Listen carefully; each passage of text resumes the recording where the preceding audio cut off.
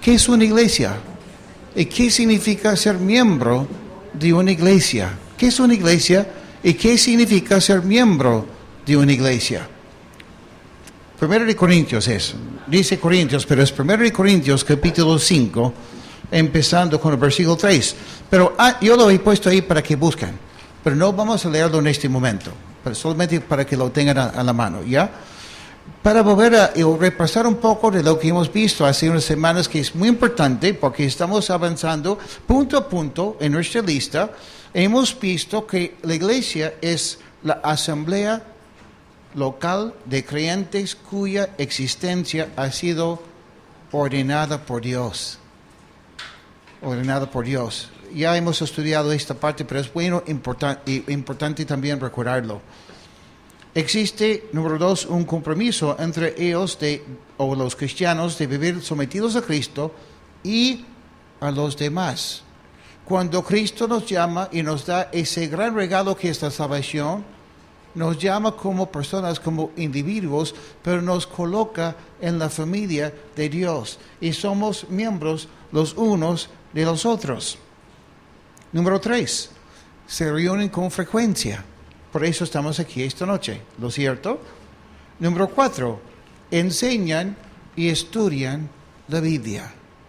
La iglesia cristiana, la iglesia verdadera, enseña y estudia la Biblia. Número 5, celebran la Santa Cena y bautizan a los nuevos. Y número 6, ¿cuál es el tema de esta noche? Es disciplinan a los miembros. En 3 semanas, Dios mediante, porque vienen los pastores de visita, en 3 semanas vamos a estudiar los puntos 7 y 8, donde dice, establecen una estructura de liderazgo, y número 8, oran y ofrendan juntos. Bueno, estamos en número 6. La iglesia cristiana, la iglesia bíblica, la iglesia que realmente ama a Cristo, es la iglesia que disciplina a los miembros. Ay, qué bueno que no soy miembro. Bueno, si tú estás aquí y tú amas a Cristo, eres miembro, te guste o no te guste. Una vez hace años en que no tenemos una membresía formal, tengo un amigo que es pastor de una iglesia, de una denominación. Estábamos conversando, somos amigos de infancia, y me dice, Brian, yo no entiendo cómo hacen ustedes, porque ¿cómo es que disciplinan, corrijan a los que asistan a la iglesia si nadie es miembro? Yo le dije, hermano, amigo, ¿cómo hacen ustedes para diferenciar entre aquellos que necesitan ser disciplinados y los que no? El hecho de que sean miembros de su iglesia o no, no es bíblico. Más importante es si amamos a la persona, si la persona también ama a Cristo, tenemos que ser responsables y apoyarle a la persona siendo parte de nuestra iglesia o no. ¿Ok? Pero lamentablemente el concepto de muchas personas el día de hoy es que una buena iglesia es la iglesia que nunca se mete en mi vida. Es la iglesia donde las personas jamás me juzgan, jamás me dicen lo que yo tengo que hacer.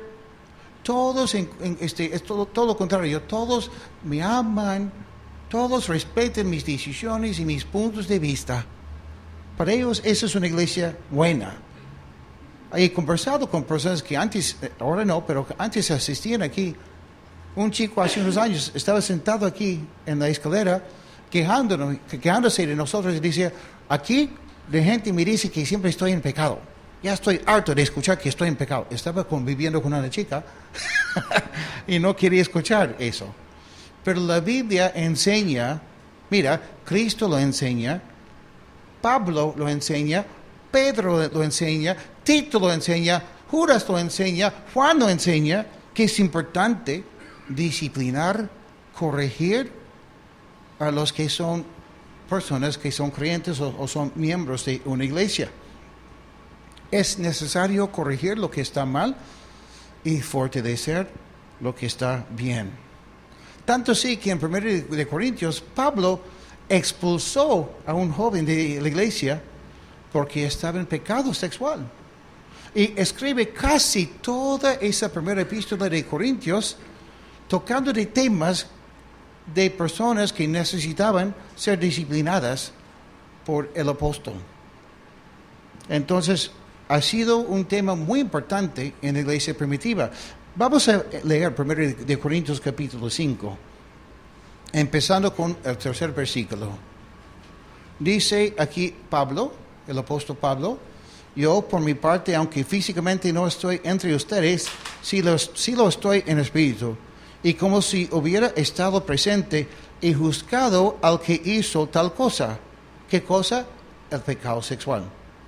Cuando ustedes se reúnen y en espíritu yo esté con ustedes en el nombre del Señor Jesucristo, y con su poder entregan a ese hombre a Satanás para que lo destruya, a fin de que su espíritu sea salvado en el día del Señor Jesús. No está bien que ustedes se jacten. ¿No saben que un poco de levadura hace fermentar toda la masa? Límpiense de la vieja levadura para que sean una nueva masa, sin levadura, como en realidad lo son. Nuestra Pascua, que es Cristo, ya ha sido sacrificada por nosotros. Así que celebremos la fiesta, o sea, la Pascua, pero no con la vieja levadura, ni con la levadura de malicia y de maldad, sino con panes sin levadura, de sinceridad y de verdad. La levadura en la Biblia siempre es un símbolo del pecado. Por carta ya les he dicho que no se junten con esos libertinos. Yo no me refiero a que se aparten del todo de los libertinos mundanos, o de los avaros, o de los ladrones, o de los idólatras, pues en ese caso tendrían que salirse de este mundo. Más bien les escribí que no se junten con los que se dicen hermanos, pero son libertinos, avaros, idólatras, insolentes, borrachos y ladrones. Con esa gente ni siquiera coman juntos. ¿Con qué derecho podría yo juzgar a los de afuera si ustedes no juzgan a los de adentro? A los de afuera ya Dios los juzgará. Así que saquen de entre ustedes a ese perverso. No vamos a estudiar ese pasaje de manera profunda, pero Pablo habla aquí con una firmeza, con una seriedad que es importante para nosotros entender y escuchar, ¿no? En primer lugar, para mencionar esta noche nomás, trata con el pecado, no lo ignora en la iglesia de los Corintios, una iglesia que fue fundada por él mismo. Y menciona aquí que aunque no está presente, tan serio es el pecado de ese joven que está en pecado sexual, que dice que la iglesia tiene que entregarle a Satanás. ¿Cuál es la idea ahí? Que una persona que se quede en una iglesia, que congrega en una iglesia y sigue en pecado, puede pensar: ay, no pasa nada, la gente está contenta conmigo, no hay problema entre el Señor y yo, porque no me pasa nada, yo estoy bien, estoy cómodo en la iglesia. Y Pablo dice: no, si ustedes lo expulsan de la iglesia y lo entregan a Satanás, ese joven, al tratar con el enemigo, va a darse cuenta que es mejor arrepentirse, es mejor estar en la congregación y en comunión con Dios y con los demás, que estar en la iglesia, pero sin esa comunión con el Señor y sin vivir en la obediencia. Y Pablo aquí dice que un poco de levadura, ¿qué hace? Transforma todo. Y la iglesia que deja un poco de pecado seguir ahí, es una iglesia que deja de ser eficaz, deja de ser una iglesia bíblica y deja de ser una iglesia usada por el Señor como debería ser. Y aquí hay una lista, no es una lista completa, pero una lista de las personas que deben ser castigadas, se puede decir, por la iglesia cristiana. ¿Y cuáles son? Libertinos, avaros, idólatras. Y no solo hablamos de aquellos que rinden homenaje a los ídolos como de yeso, sino personas que dicen que sirven al Señor, pero al final están sirviendo a otra cosa. Insolentes, borrachos, ladrones. Y dice Pablo, con esa clase de personas, esa persona que dice ser creyente, que dice ser cristiana, ni siquiera deben comer con él o con ella, sino mantenerlos afuera. Luego, en el libro de Apocalipsis, capítulos 2 y 3, Cristo mismo escribe 7 cartas a las iglesias en esa zona que hoy día es Turquía. Y con la excepción de algunas, menciona que él también va a castigarles si no terminan con el pecado que estaba muy presente entre ellos. Y lamentablemente hoy día en esa zona no hay ninguna iglesia cristiana, donde antes sí había. Entonces vemos en la Biblia, en el Nuevo Testamento, que hay bastante corrección, no solamente por parte de Cristo, sino por los apóstoles también. Entonces una pregunta, ¿debería la iglesia cristiana disciplinar a aquellos miembros que están en pecado? ¿Quiénes opinan que sí? ¿Quiénes opinan que no? ¿Quiénes dicen que no saben y no opinan? No, de hecho, tenemos que disciplinar a las personas que están en pecado. Si no, no estamos haciendo caso al Señor y estamos en falta con Dios. La disciplina en la iglesia es un tema casi desconocido en muchas iglesias de hoy. Por ejemplo, hace un tiempo atrás mencioné a un grupo de personas, no de acá, sino de otro lugar, que habíamos puesto una persona en disciplina. Y una persona me escribe y me dice, Brian, soy cristiana hace años y la primera vez que escucho que una iglesia ponga a una persona en disciplina. ¿Cómo es eso? ¡Wow! Eso me impactó. Ver que una persona puede pasar 20 años en una iglesia bíblica, supuestamente, y nunca ver a una persona disciplinada. Qué triste es eso. Antes no era así. No solo en el tiempo de la Biblia vemos que era común, sino un artículo escrito por Jonathan Lehman. Él ha hecho un estudio de las iglesias bautistas del siglo XIX. Y dice que en ese siglo XIX es cuando las iglesias bautistas crecieron bastante, cantidad. Y dice que ellos expulsaban un promedio de 2% de los miembros de su iglesia cada año. Imagínense. Y ahora, ¿cuáles son otros pecados que menciona la Biblia que deben ser juzgados por la iglesia? Ya mencionamos unas: el pecado sexual, el libertinaje, la borrachera, cosas así. ¿Por qué el pecado sexual, por ejemplo? Porque causa tanto daño en las vidas de las personas, terminan destrozadas muchas veces. No solo causa tanto daño en su vida, sino en la iglesia también. Y no refleja el pecado sexual esa imagen de Cristo con su novia, que es su iglesia. Pero hay otras cosas. Busquen en sus Biblias, según Rey Juan, casi al final de la Biblia, la página 877. Según Rey Juan, versículos 9 al 11. Y vamos a ver algo que es sumamente importante también. Cada cierto tiempo acá vienen personas que hemos tenido que corregir, castigar, hasta expulsar por ese motivo acá. Dice, cualquiera que se extravía y que no persevera en la enseñanza de Cristo, no tiene a Dios. Pero el que persevera en la enseñanza de Cristo, sí tiene al Padre y al Hijo.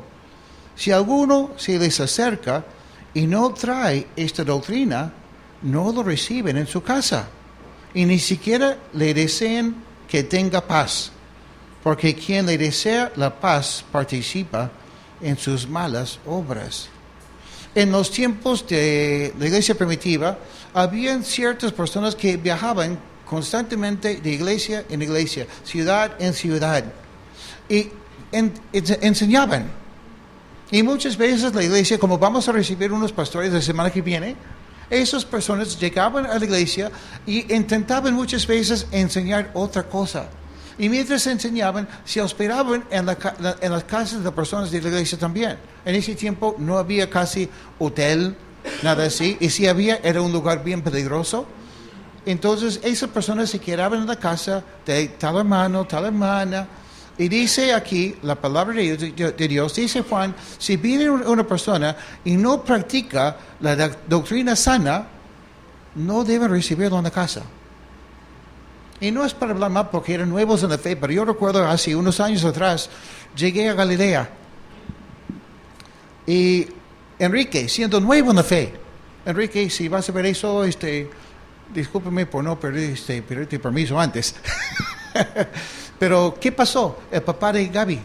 Llegamos ahí y había una pareja ahí que no conocíamos, que estaban hospedados ahí y almorzaban todos los días. Y después de unos minutos nos dimos cuenta que eran israelitas. Y mientras cenábamos, almorzábamos, ellos con sus cositas metían sus doctrinas ahí. Y tuve que hablar con Enrique y decirle que tenía que botar a ese hombre de la casa. Imagínense. Pero Enrique, siendo de buen corazón, pensaba que estaba ministrando así. Pero quizás también hay personas aquí que, por ejemplo, pasó lo mismo en Galilea. En Rodríguez de Mendoza. ¿No? Una persona que asiste al grupo ahí, iba a los estudios bíblicos con nosotros tal día, y otra noche siempre recibía a los testigos de Jehová. Entraba a su casa y le enseñaba también supuestamente la palabra de Dios. No, dice Juan, si traen otra doctrina, no. Hasta veces han ingresado aquí personas con otra doctrina. Eso no lo vamos a permitir. Tenemos que cuidar la sana doctrina. ¿Ok? En 1 de Timoteo, capítulo 5, versículos 7 al 8, y si es mucho, porque vamos a leer muchos versículos esta noche, si prefieren escuchar y solamente apuntar la referencia y leerlo en casa, eso también estaría bien. Quizás mejor para algunos sería escuchar nomás. ¿Ya? 1 de Timoteo, capítulo 5, versículos 7 y 8 dice, manda también estas cosas para que sean irreprensibles, porque si alguno no provee para los suyos, y especialmente para los de su casa, niega la fe, es peor que un incrédulo. Ese es un pecado cuando uno no provee para la familia. ¿Está hablando de quiénes? En primer lugar, de aquellos que tenían a sus papás ancianos ya, que no podían ya trabajar, que no estaban bien físicamente, y que ellos tenían que proveer para ellos. Y por supuesto, el hombre que no provee para la familia, para su esposa, eso también es pecado. A mí me da pena que muchas veces hemos visto personas que la mamá o la esposa sale a trabajar, trabaja tan duro y el hombre en la casa. Y cuando converso con él, ¿qué estás haciendo? Es que no hay chamba, no consigo chamba. ¿Y qué has hecho hoy día? No, me quedé en la casa. ¿Y qué has hecho en la casa? Nada, esperando a mi esposa para que venga para preparar la cena. ¿Y has limpiado la casa? No, eso es cosa de mujeres. Me doy las ganas de darle una cachetada santa. Ponte a lavar carros, algo. Sales a vender algo en los carros, no sé. Haz algo. Porque si no, estás en rebeldía, estás en desobediencia, estás en pecado. Y si nosotros nos enteramos, te vamos a corregir. ¿O sí? ¿O sí? Y ahora, no se refiere este versículo al hombre que piensa que rumbo a su casa todas las noches, que tiene que pasar por la casa de la mamita para tomar lonche con ella. No, no es eso. Eso se llama la mamitis. Esa es una enfermedad también muy grave. Es cuando la mamá ya tenga su edad y cuando ya no puede. Pero si tú eres un hombre casado, te casaste con tu esposa, no con tu mamá. Creo que han entendido, ¿no? Ok. En Tito, capítulo 3, versículo 10. Tito, capítulo 3, versículo 10, la página 856, dice otro pecado serio, de lo cual tenemos que cuidarnos y que tiene que ser corregido en la iglesia cristiana. Al que cause divisiones deséchalo después de una y otra amonestación. El que causa divisiones. ¿Qué es eso? Bueno, vamos a ver un poco más de ese tema en un ratito. Pero causar divisiones es serio. Hace mucho daño en las iglesias. En Santiago, capítulo 5, versículo 9, la página 868, y tiene que ver con ese primer versículo que hemos leído de causar divisiones. Porque a veces el que causa divisiones no entra a la iglesia y dice, he venido para causar divisiones aquí. No es eso, sino es muy sutil.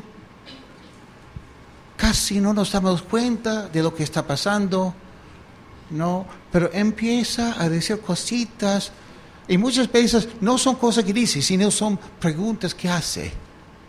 ¿Me entienden, no? Y no son preguntas inocentes, son ataques. Por eso dice, hermanos, no se quejen unos de otros para que no sean condenados. Esa palabra condenación en griego significa condenación. Vean que el juez ya está a la puerta. Una forma de causar una división en la iglesia es cuando tú siempre te quejas. Y también es una forma de matar a tu vida espiritual.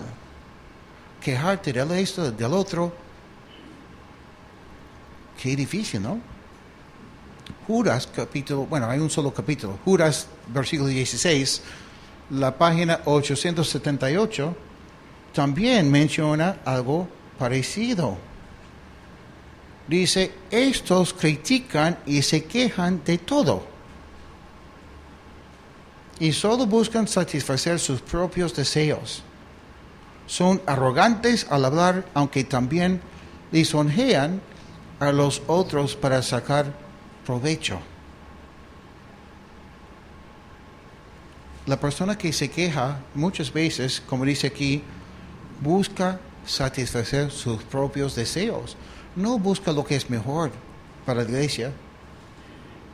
A veces he aprendido, lamentablemente como pastor, que muchas veces la persona me busca y me dicen, ay Brian, yo quiero mucho a la iglesia cristiana comunidad, por eso tengo que decirte tal cosa. Y empieza a criticar, y me doy cuenta que no es amor. Es que esta persona está resentida por algo que pasó o no pasó, o algo así, o no sé. Y al final se queja, no solo conmigo, y normalmente no es conmigo, sino se queja con los demás. Publiqué algo hace unas semanas en Facebook acerca de eso, ¿no? Que hay muchas veces cuando hacemos una reunión y es algo con un grupo pequeño y yo tengo que tomar una decisión, la junta tiene que tomar una decisión de algo serio, algo así. En el momento hay una pregunta, hay una opinión, algo así, nadie. ¿Y por qué? Porque ya saben que van a preguntar, comentar después, en otro lugar. Sí, todo está bien en la reunión. Pasando media hora, ¿cómo te parece lo que han dicho? ¿Cómo te parece la decisión que han tomado? Hermanos, eso se llama causar división. A veces la queja, la murmuración y el chisme llega a ser tan feo que causa división en la iglesia. La palabra murmuración en la Biblia, en el Antiguo Testamento, significa parar. O viene de esa raíz, mejor dicho, de la palabra que significa parar. ¿Y por qué? Porque cuando estamos murmurando, no podemos avanzar. Hay otra palabra que también tiene que ver con la definición de la palabra murmuración en la Biblia, que es agacharse. Agacharse.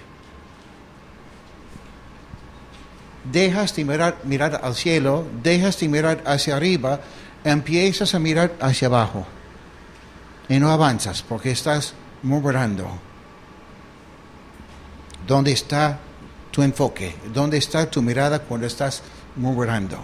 ¿Dónde está tu fe? ¿Dónde está tu fe en ese Dios soberano? Cuando tú te quejas, cuando hay murmuración en tu vida, cuando estás chismeando, eso demuestra una falta de temor a Dios y una falta de amor para tus hermanos. Cuando te quejas, cuando murmuras, cuando chismeas, estás haciendo daño. Eres egoísta. Eres partícipe en lo que está mal. Si estás preocupado por algo en la vida de tu hermano o por algo que pasa en la iglesia, habla con la persona misma. Habla con la persona. Si tu queja, tu duda, tu inquietud tiene que ver con la actitud o decisión que un líder en la iglesia ha tomado, háblale también. No, tengamos cuidado. A veces pensamos que nuestra amistad nos da el derecho de expresar nuestra opinión. Es que somos patas. Tenemos esa confianza porque tengo que tener con quién conversar. Alguien tiene que escucharme. No. Yo creo que Dios te puede escuchar. O si no, podrías hablar con un líder también. Escúcheme. No tenemos el derecho de expresar nuestra opinión cuando se trata de algo que causa división en la iglesia. No, o sea, mejor dicho así, no tienes el derecho de pecar.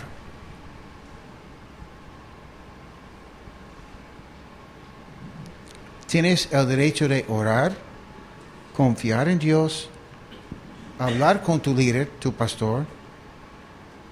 Tienes el derecho de hacer algo edificante, pero quejarte, murmurar, chismear, no. Cada cierto tiempo, entre los jóvenes aquí, como siempre, Dios os ha hecho hombre y mujer. ¿Lo cierto? Sí, eso es bíblico, somos hombre o mujer. Lamentablemente hoy en día tenemos que decirlo, ¿no? Pero cada cierto tiempo hay un hombre que empieza a echar ojo a una chica y la chica también responde.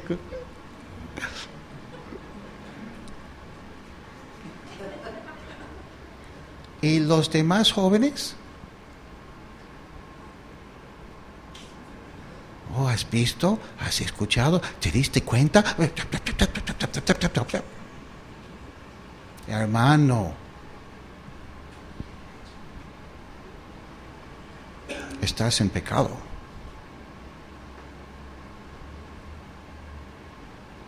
Yo sé que estamos entre familia. Y si es algo positivo,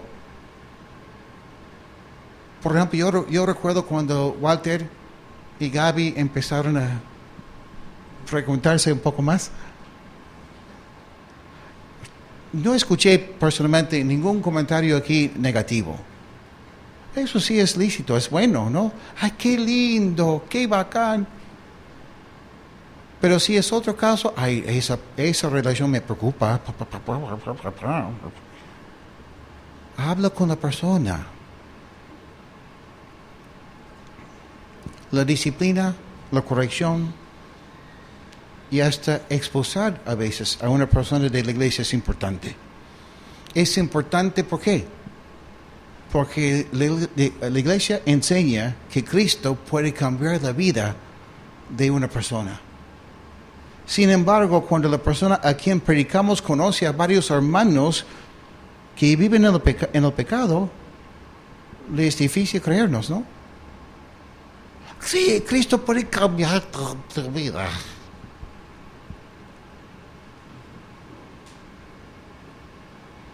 Ay, tienes que conocer a Cristo, es lo máximo. Ay, en mi iglesia, uy, hay gente, uy, terrible, pero Cristo te ama. ¿No? Por eso es importante en la iglesia a veces disciplinar a las personas. Cuando no hay disciplina, la iglesia enseña algo que no tiene ni el poder ni la bendición de Dios. es doctrina bíblica a medias. Cuando Pablo habla con los cristianos del primer siglo, dice que no había venido solamente con palabras, sino con el poder de Dios.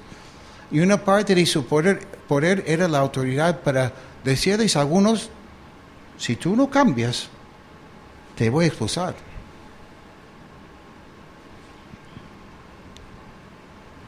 A veces terminamos hablando por hablar. Y ahora, ¿hay alguien aquí que se queja de vez en cuando? Edith, fuera. Y me voy contigo. Hoy día estaba preparando la enseñanza. Y me quejé de algo en la casa. Todos pecamos. Todos fallamos al Señor. Y fallamos a las personas también, ¿no? Pero es una cosa cuando tú, ay, ¿qué he dicho? ¿Qué he hecho? Ay, perdóname, hermano. Yo sé que está mal, me arrepiento. No sé qué pasa conmigo, soy tan burro. En ese momento, qué lindo, porque hay una oportunidad para perdonar y ser perdonados también. No me refiero a la persona que cae en pecado, que a veces cae en una de esas cosas. Hable de la persona que lo practica. Hay personas que a veces terminan mal. Hay gente que a veces cae en el chisme, pero hay otras personas que son chismosas. ¿Entienden? Y ahora, en estos días me he dado cuenta de una persona aquí en nuestra iglesia que es recontra chismosa. ¿Quieren saber quién es?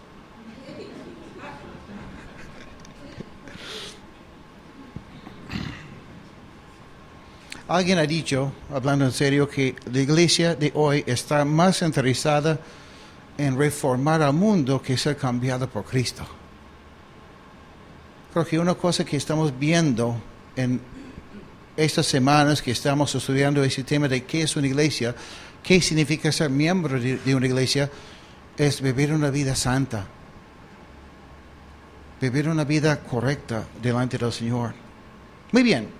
Entonces, ¿cómo es que debemos de practicar la disciplina en la iglesia? ¿Cómo se hace? Número 1. Cuando vemos a una persona cometiendo un pecado. ¿Qué quiero decir con eso? No vamos a disciplinar a una persona porque sospechamos algo. O porque la esposa del pastor ha soñado con la persona. Esa cosa, sí, hay sueños que son de Dios, pero no todos los sueños son de Dios, hermanos. Yo les he comentado una vez que íbamos a Cañete y la señora que soñó que yo era el diablo. Si yo fuera el diablo, el mundo sería mejor, porque no tengo mucho poder, ¿no? Entonces, hay veces que he visto que las personas quieren causar problemas porque la persona me miró mal. Por eso, tiene que disciplinarlo, Brian, porque esa persona me ha mirado mal. Tú no sabes que quizás esa persona comió muchos frijoles la noche anterior. Y entra a la iglesia y...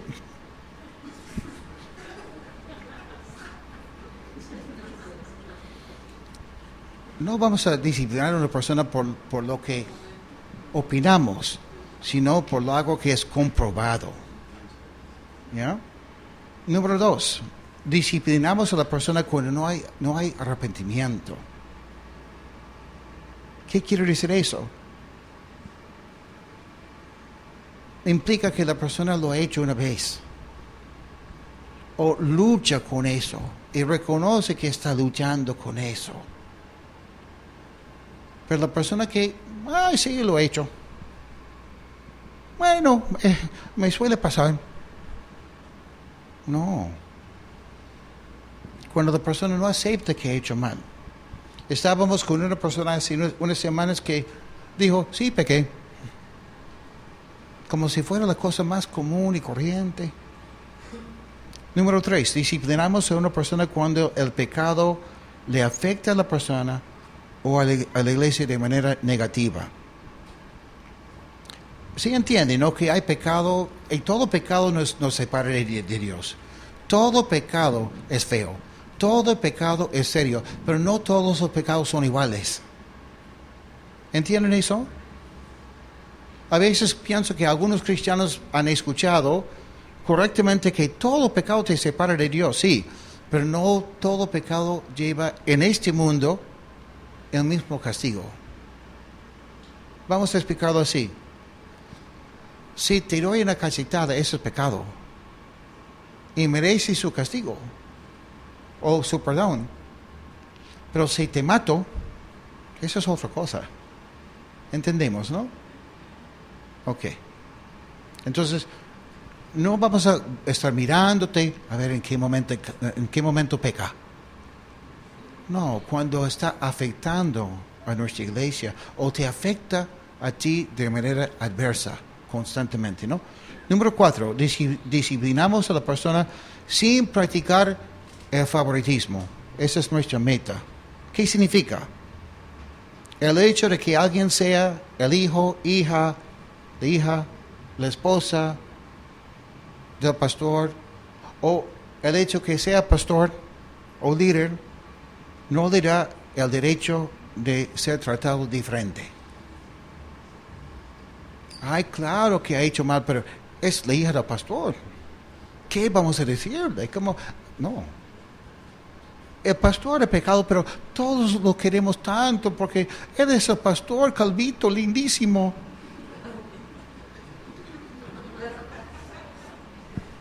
No, ¿cómo vamos a castigarle a él? Porque da mucha plata a la iglesia. O él es el que hace la limpieza. Si le castigamos a él, si lo sacamos de la iglesia, ¿quién va a limpiar? Mejor lo dejamos. Es más, la Biblia enseña. Hay gente aquí, hay hombres aquí que me han dicho, Brian, yo quiero ser líder. Yo deseo ser pastor. Yo creo que Dios me está llamando a ser pastor. ¡Qué bien! ¡Qué bueno, hermano! Tú serás juzgado más estrictamente. La Biblia lo dice, Santiago capítulo 3, versículo 1. Hermanos míos, no se convierta la mayoría de ustedes en maestros. Bien saben que el juicio que recibiremos será mayor. Oren por mí. Cuando las personas son nuevas, les damos un tiempo en el cual van a aprender, van a hacer ajustes en sus vidas. No vamos a juzgarle y tratarle a la persona nueva como a la persona que es un dinosaurio de economía. Porque el dinosaurio ya sabe, ya entiende. El nuevo quizás no, está recién aprendiendo, ¿no? Vamos a orar por esa persona, ministrarle y con paciencia enseñarle la palabra de Dios. Pero igual llega un momento cuando tenemos que decirle, mira hermano, ya tienes un tiempo aquí. O tomas tu decisión o vamos a tomar la decisión nosotros. Y ahora, la meta de la disciplina es la restauración. La restauración de las personas y cuando sea necesario de la misma iglesia. Porque hay pecado que hace tanto daño que afecta a todos, ¿no? Y todos necesitamos ser restaurados. Y por supuesto, como siempre, la meta principal es la santidad y la gloria de Dios en todo. La disciplina empieza entre personas. En Mateo capítulo 18, versículos 15 al 20, eso sí quiero que lo buscan. Mateo capítulo 18, versículos 15 al 20, vemos que Cristo nos enseña cómo es que tenemos que hacer cuando una persona nos ha ofendido. Lo enseño cada cierto tiempo porque es tan necesario, pero tan difícil para las personas practicarlo. Porque casi siempre lo enseño y pasando una semana, 2 semanas, 3 semanas, viene una persona y me dice, Pastor Brian, una persona me ha ofendido, ¿qué hago? una persona me ha tratado mal, ¿qué hago? ¿Podrías ver la enseñanza hace 3 semanas en YouTube? No digo eso. Dice aquí, por tanto, si tu hermano peca contra ti, ve y repréndelo cuando él y tú estén solos. ¿Ok? Tu hermano peca contra ti, tu hermano te ofenda. ¿Qué es lo que tienes que hacer? Esperar que te acerque, ¿no? ¿Cuándo va a acercarse? ¿Cuánto tiempo estoy esperando que me diga algo porque me ha ofendido? ¿Así? No, tú tienes que acercarte. Quizás tu hermano ni siquiera es consciente de lo que ha hecho. Por eso a ti te corresponde, y eso requiere humildad de tu parte, porque a veces es difícil reconocer que sí, me has ofendido. Porque mayormente con los hombres, ¿no? No pasa nada. Estoy muy bien.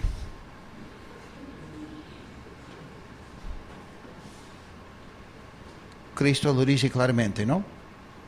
Y dice aquí, si te hace caso, habrás ganado a tu hermano. Qué lindo es eso, ¿no?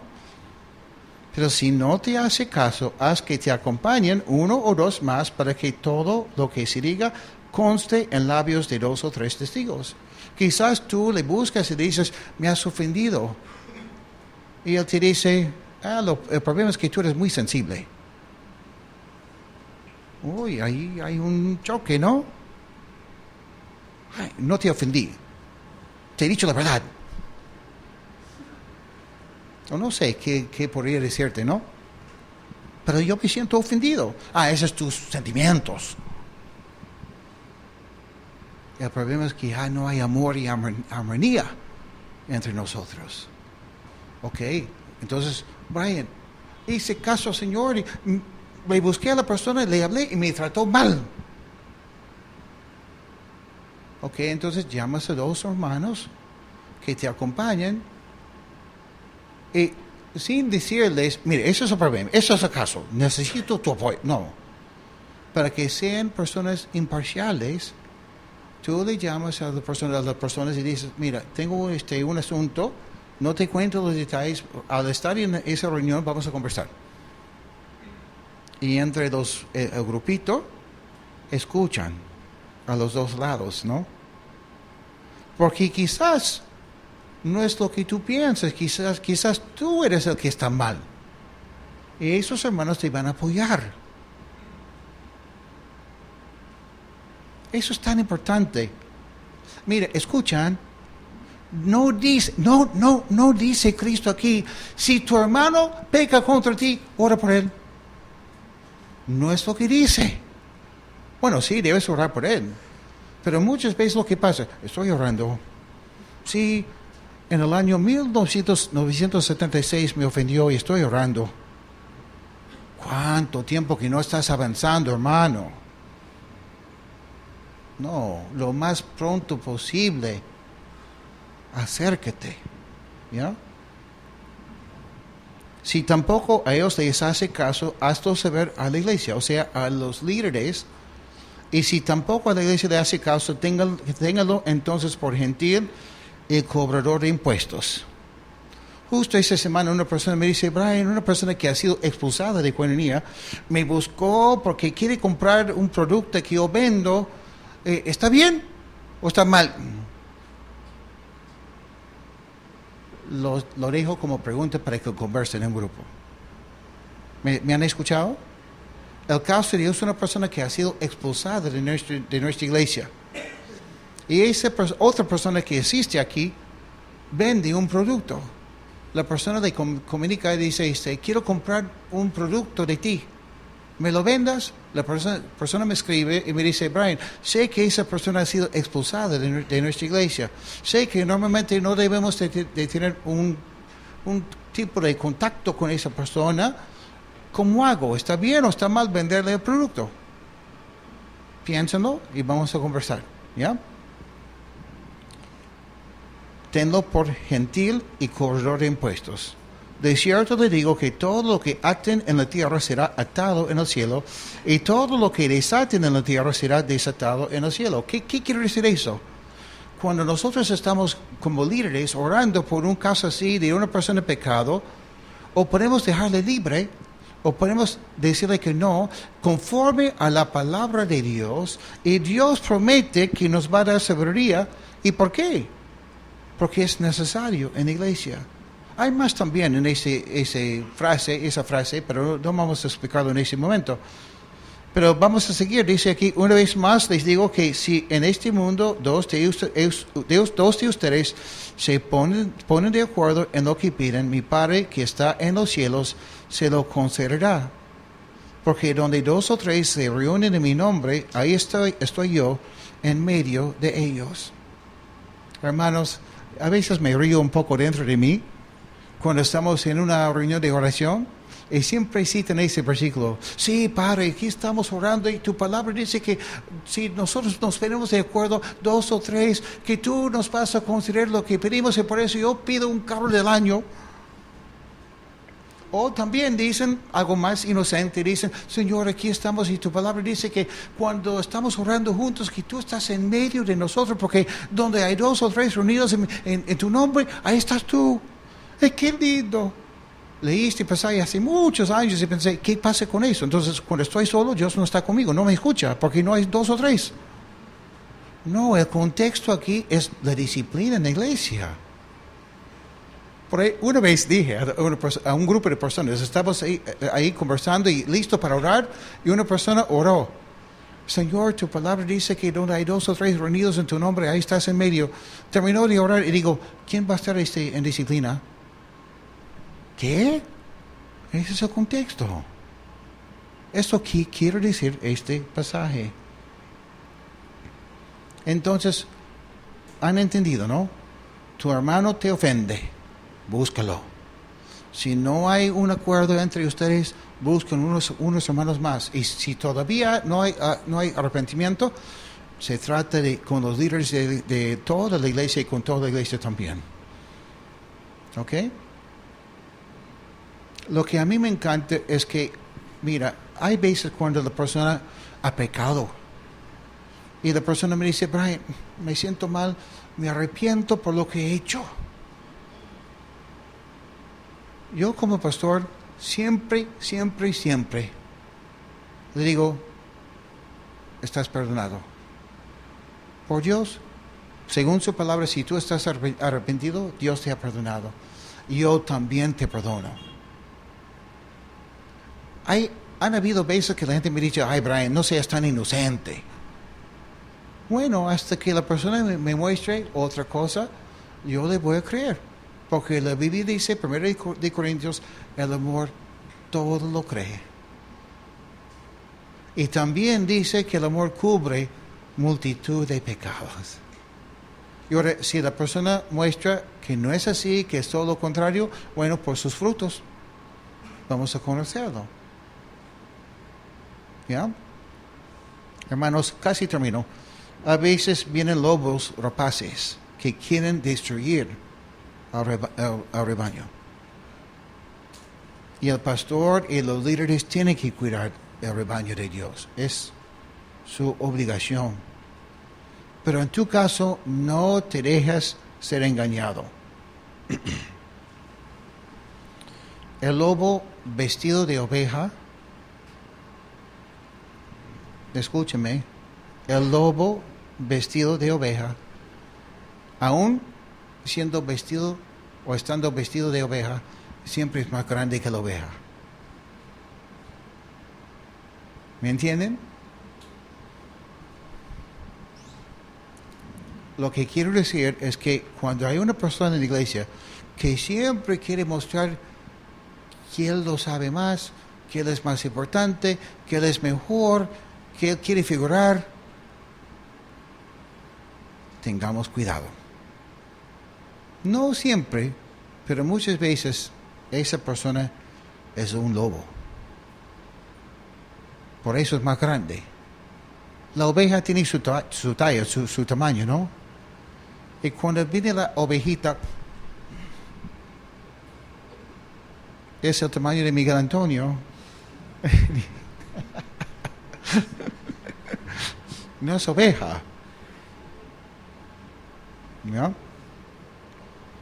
Y eso nos lleva al siguiente punto que no vamos a estudiar esta noche, sino Dios mediante en 3 semanas.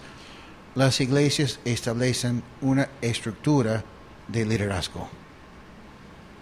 ¿Ok? Dios quiere que vivamos una vida en Cristo, que sea una vida llena de gozo y que haya armonía entre los hermanos. Si corregimos a nosotros mismos, si somos humildes y dispuestos a corregir y ser corregidos, si evitamos el chisme, la murmuración y las quejas, y si vivimos sometidos a la palabra de Dios y nos sometemos los unos a los otros, ¿qué quiere decir eso? Han habido momentos en mi vida cuando una persona me ha dicho, Brian, tú estás mal en esto. Y al inicio digo, no, yo estoy bien. Pero me pongo a meditar y orar un poco y el Señor me muestra, no, Brian, lo que te he dicho es cierto. Tú tienes que corregirlo. Cuán importante es de la persona menos indicada recibir corrección. Mi pastor me enseñó algo buenazo hace años cuando yo estaba siendo muy atacado con muchas mentiras. Me dijo, Brian, si 99% de lo que dicen es mentira y el 1% es verdad, haz caso a ese 1% y tú vas a terminar siendo mejor. Pero si tú rechazas todo, quizás porque no te han dicho lo que te han dicho de una manera correcta, porque eso es un pretexto muchas veces, ¿no? No, la forma que tú me has dicho no lo recibo. Y ahí hay rebeldía y orgullo, ¿no? Queremos vivir un cristianismo real y hermoso, porque el Espíritu Santo se manifestará entre nosotros cada vez más cuando es así. Qué linda enseñanza, ¿no?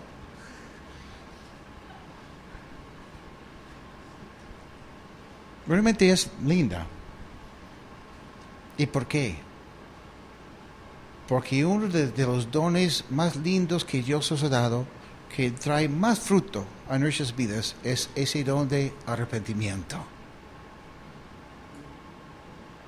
Que trae la armonía, la restauración, ¿no? Y quizás en tu vida, tú eres una persona que hace tiempo alguien hizo algo. Y por ese algo que te hizo, tú te mantienes así.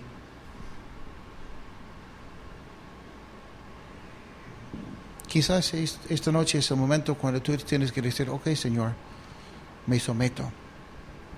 Quiero hacer lo correcto y tomar estos pasos y buscar la resurrección.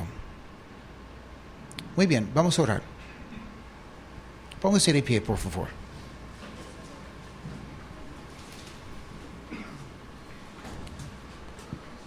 Señor, gracias por esta noche, porque aunque ha sido un mensaje un poco quizás directo, un poco duro para algunos y para mí, si lo confieso, Señor, a veces es necesario y sabemos que eso es parte de lo que significa ser miembro de tu iglesia. Cuando nos llamas a ser partícipes con otros que también son iguales que nosotros, que son pecadores. Y a veces, Señor, no reconocemos el peligro que tenemos que enfrentar. Y no vemos, Señor, cómo Satanás quiere robarnos y usar esas cosas en nuestras vidas para hacernos daño y para que la iglesia no avance. Gracias, Señor, porque cuando pecamos y cuando ofendemos a una persona y tú nos perdonas y las personas también nos perdonan, a veces nuestra amistad y nuestro amor llega a ser más fuerte que antes del pecado. Porque tú eres un experto en lo que es la restauración. Gracias, Señor, porque todo eso es posible, porque recordamos que tú eres un Dios de tanto amor. y que has tenido y sigues teniendo tanta paciencia para con nosotros. Pido por nuestra iglesia, por la armonía, la unidad de nuestro grupo, que podamos seguir amándote cada vez más y amando a nuestros hermanos, porque el mundo va a saber que somos discípulos tuyos si nos amamos los unos a los otros. Permítanos, Señor, seguir ministrándonos los unos a los otros en este último tiempo que vamos a estar aquí conversando en grupos pequeños. Te lo pedimos en el nombre de Jesús. Amén.